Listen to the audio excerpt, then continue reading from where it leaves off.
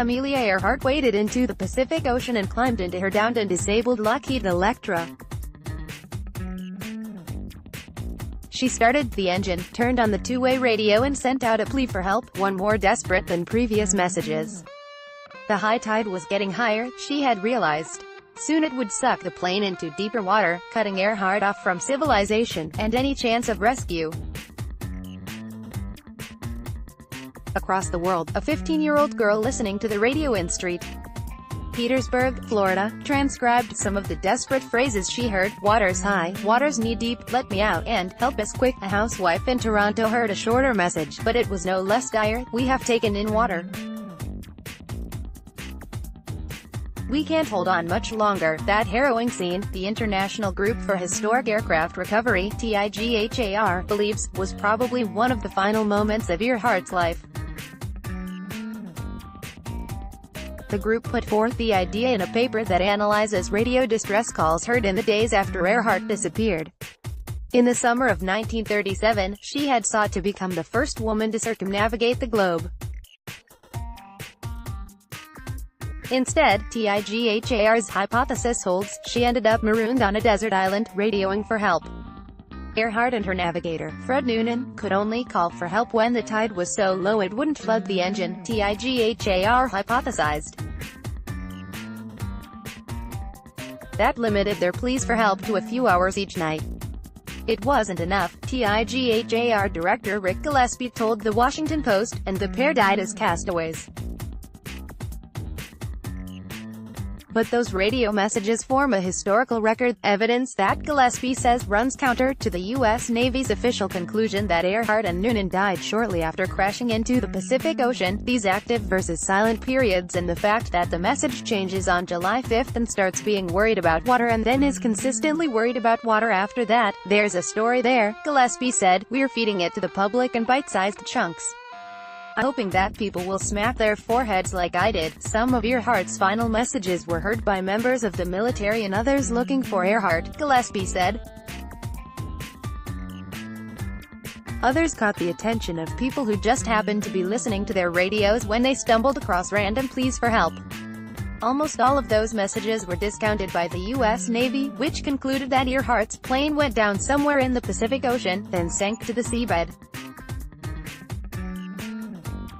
Gillespie has been trying to debunk that finding for 3 decades.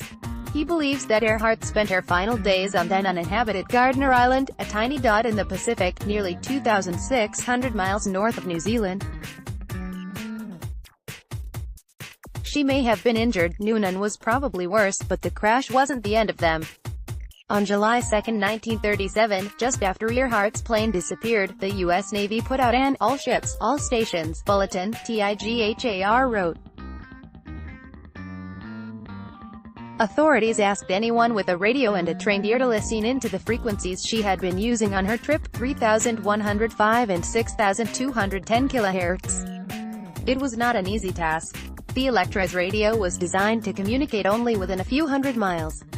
The Pacific Ocean is much bigger. The searchers listening to Earhart's frequencies heard a carrier wave which indicated that someone was speaking, but most heard nothing more than that. Others heard what they interpreted to be a crude attempt at Morse code. But thanks to the scientific principle of harmonics, TIGHAR says, others heard much more.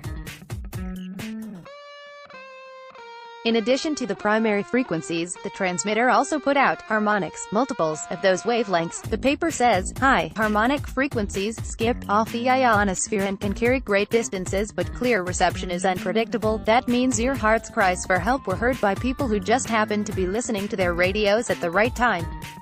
According to TIGHAR's paper, scattered across North America and unknown to each other, each listener was astonished to suddenly hear Amelia Earhart pleading for help.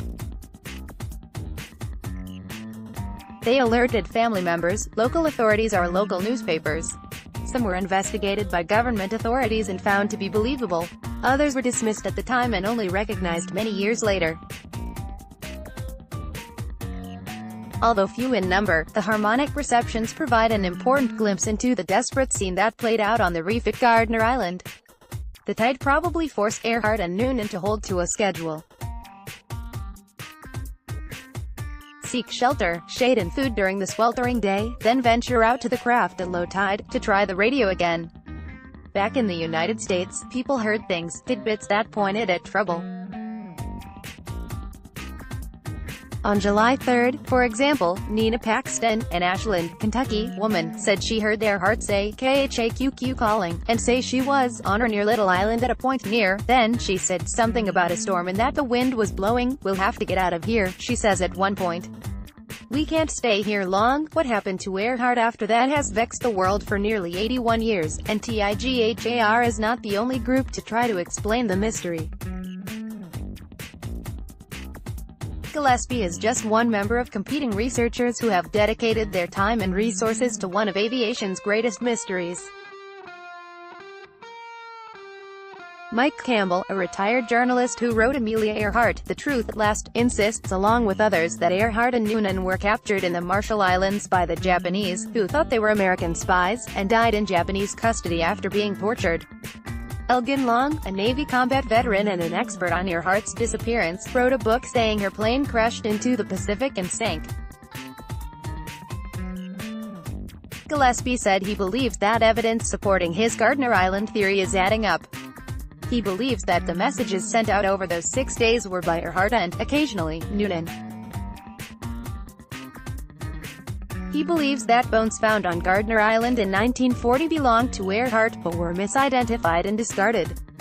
He believes that Amelia Earhart died marooned on an island after her plane was sucked into the Pacific Ocean.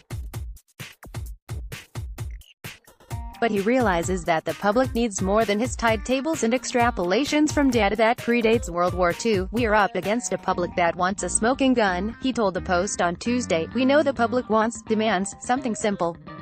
And we are also very much aware that we live in a time of rampant science denial. Nobody does nuance anymore." 2018 Copyright The Washington Post. This article was originally published by The Washington Post.